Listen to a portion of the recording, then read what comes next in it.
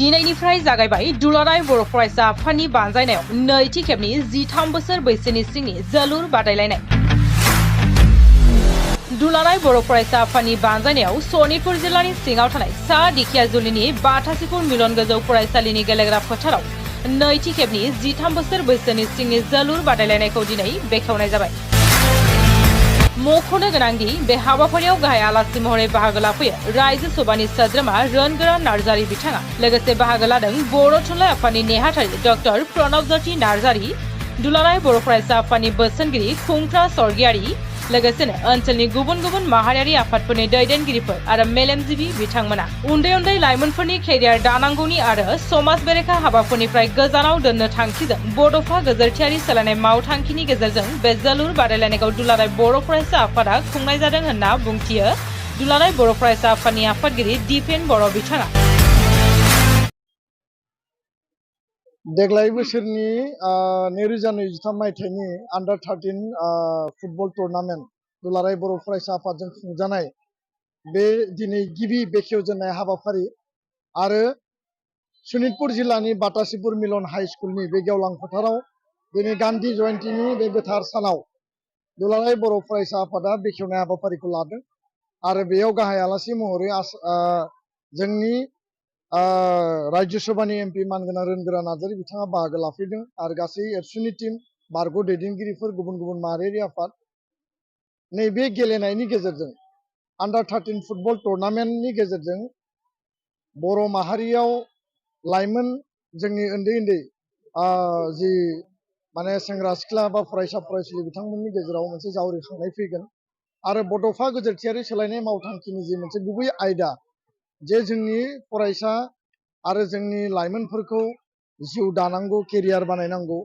फरायनायजों लोगोसे गेलेनाय, कालचार आरो गुबुन गुबुन बिथिङाव बिथांमोननि जिउखौ दानानै होनांगौ आरो एन्टि ससियेल जिखिनि एक्टिभिटि बिथांमोननि जि मोनसे स्पिरिट आरो इनार्जि बेखौ राइट ट्रेकआव इउज खालामनांगौ। नङाब्ला आथिखालनि लाइमोन सेंग्रा सिख्लाफोरनि गेजेराव मबाइल, केटिएम बाइक आरो बिनि अनगायैबो फेग्रा बेसाद जानाय, ड्राग्स जानाय बे मोनसे बांनायखौ जोङो नुनो मोनदों। दा बेखायनो नेगेटिभ जि जोंनि ट्रेक दङ बेखौ डाइभार्ट खालामनानै पजिटिभ मोनसे लामाजों बिथांमोननो गेलेनाय आरो कालचार आरो फरायनायनि गेजेरजों मोजां जिउ राहा दाना होनायनि थांखिजों जों बे हाबाफारिखौ लादों। गेलेनाया बर' माहारिनि मोनसे लाइफलाइन बायदि जाफैबाय आरो दिनै स्पर्ट्स, फुटबल आरो गुबुन गुबुन इभेन्टआव बर'फ्रा नेसनेल इन्टारनेसनेल लेभेलाव दिनै जायगा आवग्रिनो हादों। बाथासिपुर ओनसोलाव नैबे 5 तारिखसिम जानो गोनां जि मोनसे बे टुर्नामेन्टनि जि गेलेनाय बिनि गेजेरजों समाजाव गोजोन, खौसेथि आरो जोंनि गेजेराव बादायलायनाय यां जेनेरेसननि गेजेराव मोनसे माने कम्पिटिटिभ जि स्पिरिट बे स्पिरिटआ थारैनो बांगोन, आं बेखौ मिजिंथिबाय।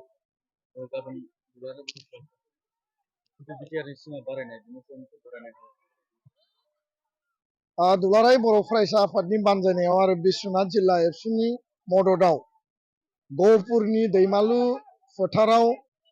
BTR एक्सटेनसननि welcome ceremony, grand welcome ceremony जों लादों आरो बिनि गेजेरजों गाबोनो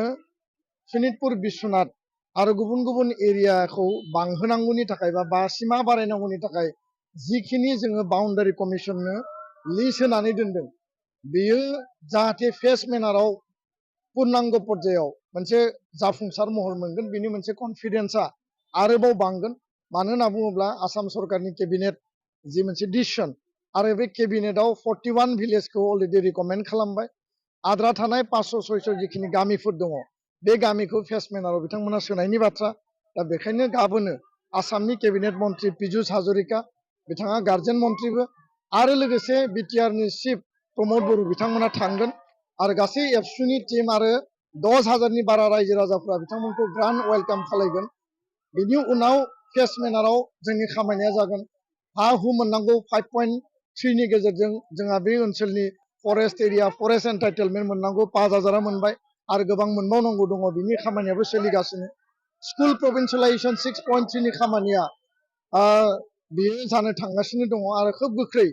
जागोन होननानै आसाम सरकारा जोंनो दाख्लैबावै कमिटमेन्ट होदों। दा बेखायनो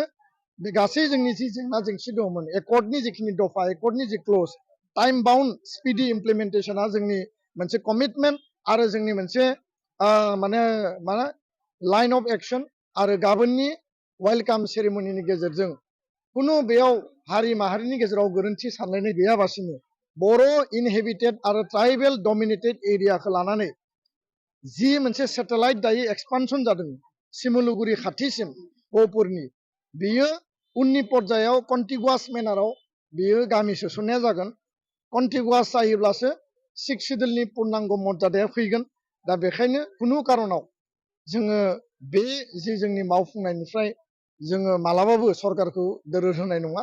आरो खम समनि गेजेराव मावफुंनांगौनि थाखाय जों सरकारखौ नारसिनगोन बे इउनियन गभर्नमेन्टआनो जा स्टेट गभर्नमेन्टआनो जा गोजोन्थों